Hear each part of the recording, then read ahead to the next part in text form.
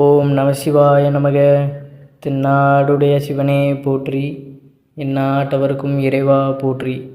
சிவபெருமானை நம்ம எப்பொழுதுமே உணர்ந்து கொண்டு இருக்கிறோம். அவர் நம்ம கூட எப்பொழுதுமே இருக்கிறார் என்றால் இந்த ஒரு 10 அறிகுறிகள் உங்களுக்கு எப்பொழுதுமே தோன்றிக்கொண்டே இருந்துச்சுன்னா, இந்த 10 அறிகுறிகளையும் நீங்கள் எப்பொழுதுமே உணர்ந்து கொண்டே இருக்கிறீர்கள் என்றால் ஈசன் எப்போதுமே உங்கள் கூட இருக்கிறார் அப்படிங்கிறது தான் நிதர்சனமான உண்மை.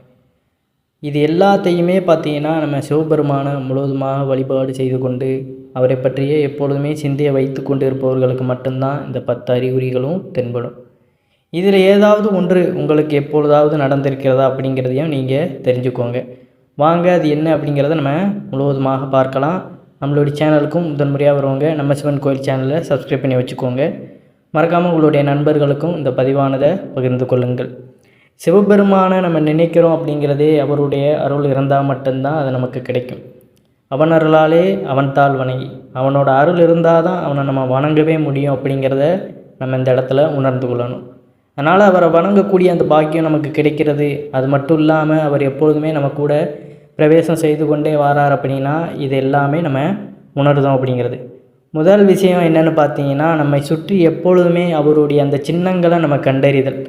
உங்களை சுற்றிலும் எப்பொழுதுமே சிவபெருமானுடைய அடையாளங்களான திருசூலம், ருத்ராஜ மணிகள் போன்றவை நீங்கள் தொடர்ந்து பார்த்து கொண்டே இருந்தால் அது அவர் உங்களை எப்பொழுதுமே கவனித்து கொண்டு இருப்பதாக ஒரு ஐதீகம் உண்டு.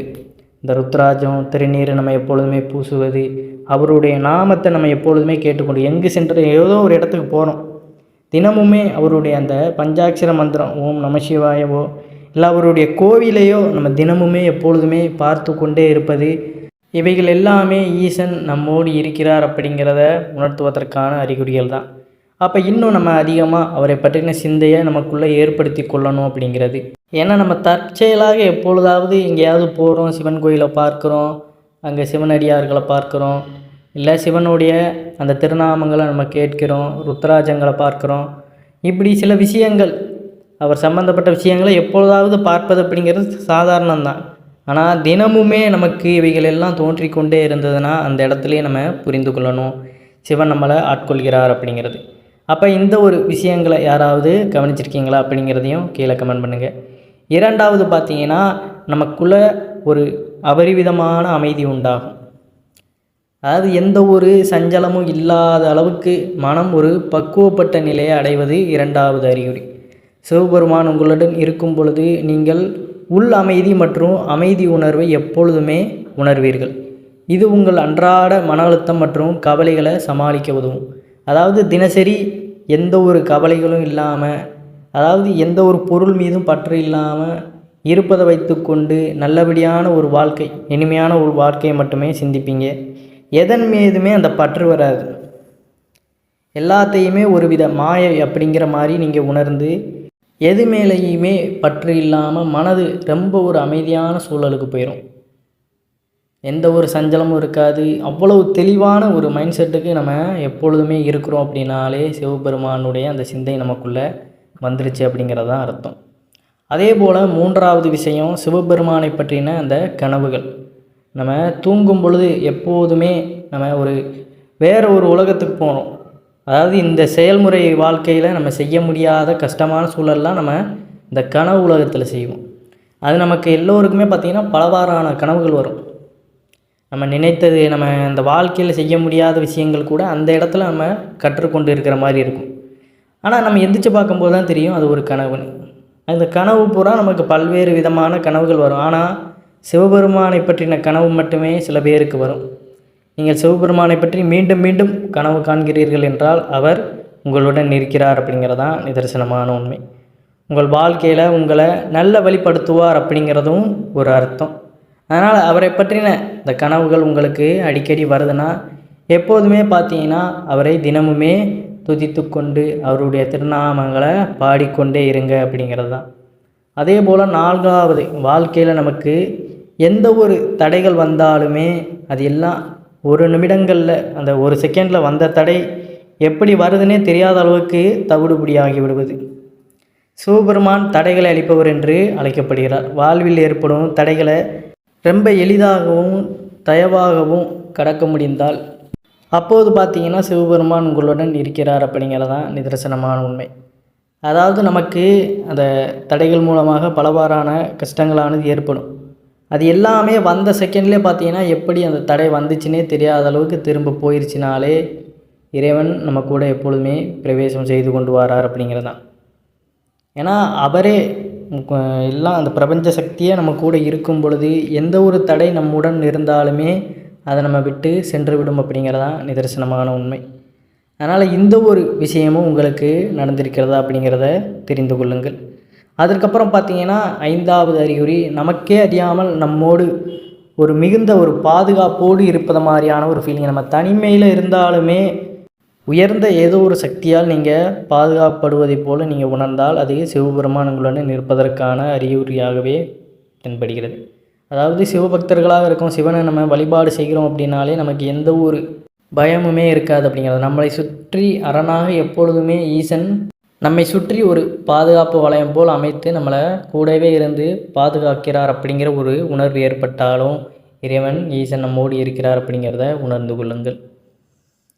ஏன்னா சில பேருக்கெல்லாம் பார்த்தீங்கன்னா எப்பொழுதுமே எதற்கெடுத்தாலுமே ஒரு சின்ன விஷயத்திற்கு ஏதாவது தொடங்குவதற்கு இல்லை ஏதாவது ஒரு கூச்ச சுபாவம் இப்படி நமக்கு முன்பு இருந்திருக்கும்.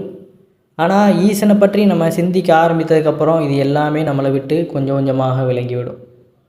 அதற்கு காரணம் அவர் நம்மிடம் உள்ள அந்த தயக்கத்தையும் அந்த பயத்தையும் நம்மிடமிருந்து எரித்து விட்டார் அப்படிங்கிறது தான்.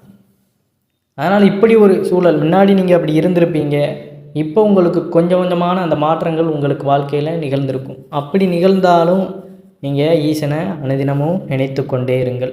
6வது அறிகுறி, நமக்கு உள்ளார்ந்த ஒரு பெரிய ஆசை இருக்குன்னாலே எப்படியாவது ஈசனுடன் கலந்து விடணும் அப்படிங்கிறதான். சிவபெருமானுடன் இணைவதற்கான வலுவான உள்ளாசை உங்களுக்கு இருந்தால் அவர் உங்களுடன் இருக்கிறார் அப்படிங்கிறத நீங்கள் சரியான பாதையில் தான் செல்கிறீர்கள் என்பதற்கான தெளிவான அறிகுறியாகவும் இது இருக்கிறது. அதாவது எந்த ஒரு சூழ்நிலை வந்தாலுமே உங்களுக்கு தினமும் சிவ பூஜையில் ஈடுபடணும், தினமும் அவரை நினைக்கணும், தினமும் அவரை எப்படியாவது நீங்கள் உங்கள் பக்கத்தில் இருக்க கோயில் எங்கேயாவது அவர் பார்த்து விட்டு தான் செல்லணும் அப்படிங்கிற டெய்லி ரொட்டேஷன் இருக்கும் பார்த்தீங்களா, அதை மட்டும் என்றைக்குமே தவற விட மாட்டீங்க. எப்பொழுதுமே அவரை பற்றின அந்த சிந்தனையே ஏற்படுத்தி கொண்டே இருப்பீங்க. அவரை தவிர இந்த உலகில் நமக்கு எந்த ஒரு விஷயமும் பெரிது கிடையாது, எதுவுமே பற்று கிடையாது அப்படிங்கிற மாதிரியான சூழ்நிலை உங்களுக்கு உள்ளார்ந்த ஒரு உயர்ந்த ஆசை, அவரை மட்டும்தான் அந்த ஒரு சிந்தை மட்டும் உங்களுக்கு எப்பொழுதும் இருந்தாலே இறைவன் எப்பொழுதும் உங்களை வலுவாக கூட வைத்திருக்கிறார் அப்படிங்கிறது தான் நிதர்சனமான உண்மை. அதுவும் இல்லாமல் பற்றின்மை உணர்வும் 7வதாக பார்த்தீங்கன்னா சிவபெருமான் உங்களுடன் இருக்கும் பொழுது உலக விவகாரங்கள் மற்றும் ஆசைகளிலிருந்து நீங்கள் பற்றின்மையாக உணர்வீர்கள். உலகத்தை பற்றின அந்த பற்று இருக்காது. எந்த ஒரு பிணியோ எந்த ஒரு நோயோ சரி எது வந்தாலும் உங்களுக்கு அதை பற்றின பெரியதாக எண்ணம் இருக்காது. எது வந்தாலும் உடலானது நமக்கு ஒருபோதும் பிரயோஜனம் கிடையாது. இந்த ஆத்ம பலம்தான் நமக்கு பலம் பெறணும் அப்படின்னு உள்ளார்ந்த அந்த இறை சிந்தனையிலே எப்பொழுதும் இருக்கும் பொழுது நமக்கு இந்த பற்றின்மை ஏற்படும். உலக விவகாரங்கள் ஆசைகள் அப்படின்னு எதுலேயுமே உங்களுக்கு அந்த ஈர்ப்பானது போய்விடும். ஆன்ம பலம் பெறணும், ஆன்ம அந்த சக்தி பெற்று முழுவதுமான அந்த முக்தி நிலையை அடையணும் அப்படிங்கிற மட்டும்தான் இந்த உணர்வு ஏற்படும். அதே போல் 8வது தியானத்தில் அவரது வடிவை நம்ம பார்ப்பது. தியானம் செய்யும் பொழுது சிவபெருமானின் வடிவத்தை கண்டால் அவர் உங்களுடன் இருக்கிறார், ஆன்மீக வளர்ச்சியை நோக்கி உங்களை வழிநடத்துகிறார் என்ற அர்த்தமும் இதில் கூறப்பட்டுள்ளது. தினமும் தியானம் இருந்து பூஜை அறையிலையோ இல்லை எங்காவது 108 முறை அவருடைய திருநாமத்தை உச்சரிக்காமல் நீங்கள் அந்த பொழுதை கடக்கவே மாட்டீங்க. எப்படியாவது அவருடைய அந்த பஞ்சாட்சர மந்திரமான சிவாய நமக இல்லை ஓம் நம சிவாய அப்படிங்கிற அந்த மந்திரங்களை கூறாமல் அந்த இடத்துல இருந்து போக மாட்டேன். அப்படி கூறும் பொழுது அந்த தியான நிலையில் நம்ம இருக்கும் பொழுது அவரை நம்ம அருவுருவமாக அந்த கற்பனை பார்வையில் நம்ம அவருடைய தோற்றத்தை காண்போம். இதுவும் பார்த்திங்கன்னா இறைவனை நம்ம முழுவதுமாக அடைந்து விட்டதாகவே கூறப்படுகிறது. அதே போல் 9வது அறிகுறியாக பார்த்திங்கன்னா நம்ம இறைவனை வழிபாடுகிறோம், ஈசன் சிவபெருமானை வழிபாடு செய்கிறோம். நம்ம மட்டும் இல்லாமல் அவரை பற்றின அந்த புகழை பிறருக்கும் அவர்கள் கேட்கிறார்களோ இல்லையோ நம்ம அனுதினமும் அவரை பற்றின அந்த புகழை அனைவருக்குமே பரப்பிக்கொண்டே இருக்கிறோம். அவருடைய அந்த வரலாறு எல்லாத்தையுமே நம்ம சிவபுராணம் எல்லாத்தையுமே தினமும் படித்து கொண்டு மற்றவர்களுக்கும் கூறிக்கொண்டு வாரோம் அப்படிங்கிறதே மிகுந்த ஒரு பெருமை விரிந்த ஒரு எண்ணம் தான். அதாவது ஒத்த எண்ணம் கொண்டவர்களை சந்திப்பது. சிவபெருமான் உங்களுடன் இருக்கும் பொழுது உங்கள் ஆன்மீக நம்பிக்கைகள் மற்றும் நடைமுறைகளை பகிர்ந்து கொள்ளும் ஒத்த எண்ணம் கொண்டவர்களை நீங்கள் கவர்ந்தெழுப்பீர்கள்.